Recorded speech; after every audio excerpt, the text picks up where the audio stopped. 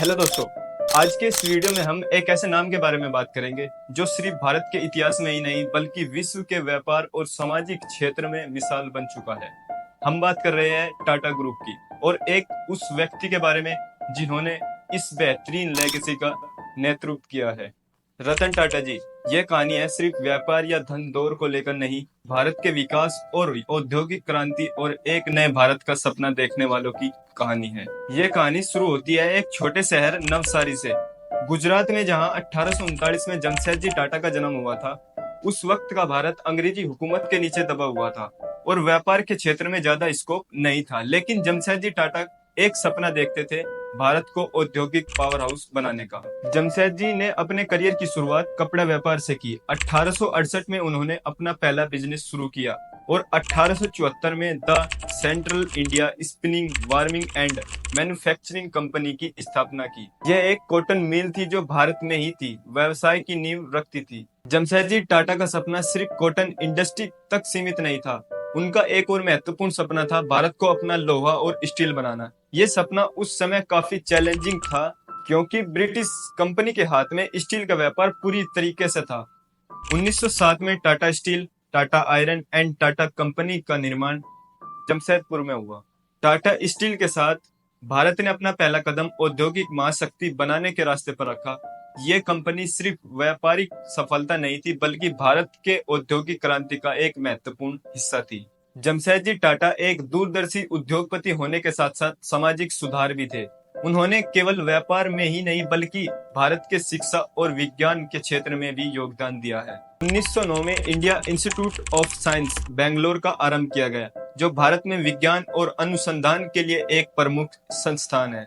Tata trust के माध्यम से भी उन्होंने एजुकेशनल और सोशल वेलफेयर प्रोजेक्ट को आर्थिक सहायता दी गई। आज भी टाटा ग्रुप अपने मुनाफे का एक बड़ा हिस्सा फिलैंथ्रोपी और सोशल इनोवेटिव्स में लगाता है। जमशेदजी टाटा के बाद टाटा ग्रुप का नेतृत्व संभाला जहांगीर रतन जी दादाभाई टाटा ने, जिन्होंने टाटा ग्रुप को एक नई ऊंचाइयों तक पहुंचाया। जे.आर.डी. टाटा भारत के एविएशन के जनक माने जाते हैं। 1932 में उन्होंने टाटा एयरलाइंस की शुरुआत की, जो आगे चलकर एयर इंडिया बनी। जे.आर.डी. टाटा के नेतृत्व में सिर्फ एविएशन नहीं बल्कि टाटा ग्रुप ने कई नए क्षेत्रों में प्रवेश किया। Chemical, automobile, consumer product Tata के नाम पर भरोसा बन गया। उनके युग में टाटा मोटर्स ने भारत के लिए पहली पैसेंजर कार बनाई और टीसीएस ने आईटी सेक्टर में अपना प्रारंभ जमाया। टाटा मोटर्स का सपना 1945 में कमर्शियल व्हीकल से शुरू हुआ, लेकिन पैसेंजर कार का सेगमेंट में आने का सपना पूरा हुआ 1998 में, जब टाटा इंडिका लॉन्च हुई। इंडिका भारत की पहली स्वदेशी कार थी जिसे भारत के लोगों के लिए बनाया गया था। टाटा मोटर्स ने कार मैन्युफैक्चरिंग के क्षेत्र में अपनी एक अलग पहचान बनाई, लेकिन दुनिया का ध्यान तब खींचा गया जब 2008 में टाटा नैनो लॉन्च हुई। दुनिया की सबसे सस्ती कार। रतन टाटा का सपना था कि हर भारतीय अपनी कार रख सके और नैनो उस सपने का एक प्रतीक बनी।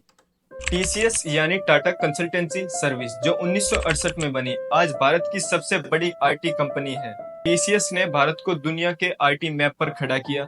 सॉफ्टवेयर डेवलपमेंट से लेकर ग्लोबल आईटी सॉल्यूशन तक टीसीएस हर क्षेत्र में आगे बढ़ती गई। रतन टाटा के नेतृत्व में टीसीएस ने अपने आप को ग्लोबल आईटी गेंट के रूप में स्थापित किया।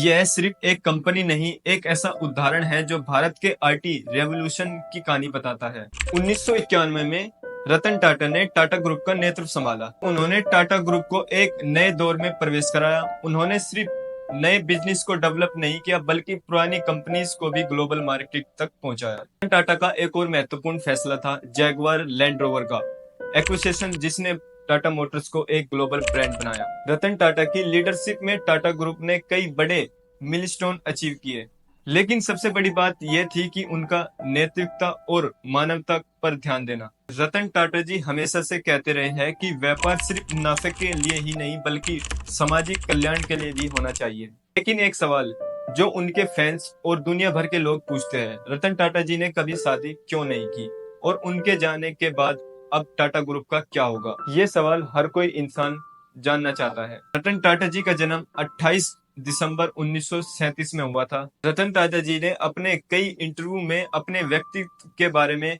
कुछ बातें शेयर की है। उन्होंने कहा कि उनके जीवन में एक ऐसा समय आया जब उन्हें प्यार हो गया।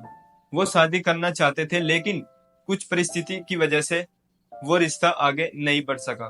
टाटा जी ने खुद कहा था कि उन्होंने 4 बार शादी करने का सोचा, लेकिन हर बार कुछ न कुछ वजह से संभव नहीं हो पाया। लेकिन अब दूसरा सवाल सामने ये आता है कि टाटा ग्रुप का अगला नेता कौन होगा। रतन टाटा ने 2012 में ही टाटा सन्स के चेयरमैन के पद से रिटायरमेंट ले लिया था। उन्होंने साइरस मिस्त्री को अपना उत्तराधिकारी चुना, लेकिन 2016 में साइरस मिस्त्री को टाटा ग्रुप से हटा दिया गया और नाटराजन चंद्रशेखर को नया चेयरमैन बनाया गया। जब बात रतन टाटा के वक्त के बाद टाटा ग्रुप का फ्यूचर होता है, हमेशा से ये प्रश्न उठता है कि रतन टाटा का असर कितना गहरा है और अब उनके जाने के बाद टाटा ग्रुप पर क्या असर पड़ेगा।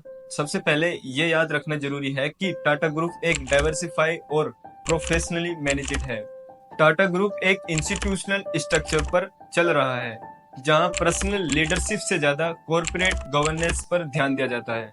टाटा ग्रुप की एक खासियत ये रही है कि यह हमेशा से अपने मुनाफे का एक बड़ा हिस्सा सामाजिक कल्याण में निवेश करता रहा है।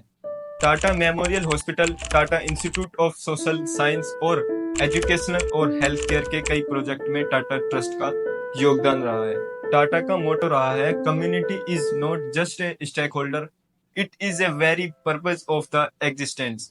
और ये बात उनके परोपकारिक कार्यों से होती है। रतन टाटा के नेतृत्व के बाद टाटा ग्रुप नई नेतृत्व के साथ भी अपनी परंपरा को आगे बढ़ाता रहा है। नटराजन चंद्रशेखरन जो टाटा सन्स के चेयरमैन है, टाटा ग्रुप को नई उड़ान दे रहे हैं, लेकिन रतन टाटा का योगदान कभी नहीं भुलाया जा सकता। रतन टाटा सिर्फ एक व्यापारी नहीं बल्कि एक रोल मॉडल है। उनका योगदान भारत के इंडस्ट्रियल और सोशल फैब्रिक में एक अमर लेगेसी के रूप में जीवित रहेगा। ये सुनकर हम सबका दिल भारी हो गया।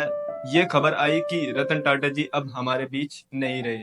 उनका देहांत भारत के व्यवसाय और सामाजिक क्षेत्र के लिए एक बड़ा घाव है, लेकिन उनकी छोड़ी हुई विरासत और उनके सपने हमेशा हमें प्रेरणा देते रहेंगे।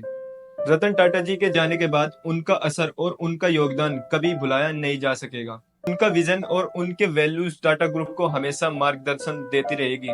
वो कहते हैं ना, महान नेता एक ऐसा संस्थान बनाते हैं जो उनसे परे रहते हैं। रतन टाटा जी ने वही किया। उनके लीडरशिप ने एक ऐसी नींव दी है जो आने वाली पीढ़ियों तक चलेगी। रतन टाटा जी ने अपने जीवन में जो कदम उठाए, उन्होंने भारत को दुनिया के मंच पर एक नए रूप में रखा। उनका निर्माण, उनका दर्शन और उनका सपना भारत के दिल में हमेशा जिंदा रहेगा। उनके बारे में दो शब्द कहने के लिए काफी नहीं है। Thank you for watching. अगर आपको ये वीडियो पसंद आई है तो लाइक करें, सब्सक्राइब करें और बेल आइकन को दबाना ना भूलें, ताकि आपको हमारी नई वीडियो का नोटिफिकेशन मिलता रहे।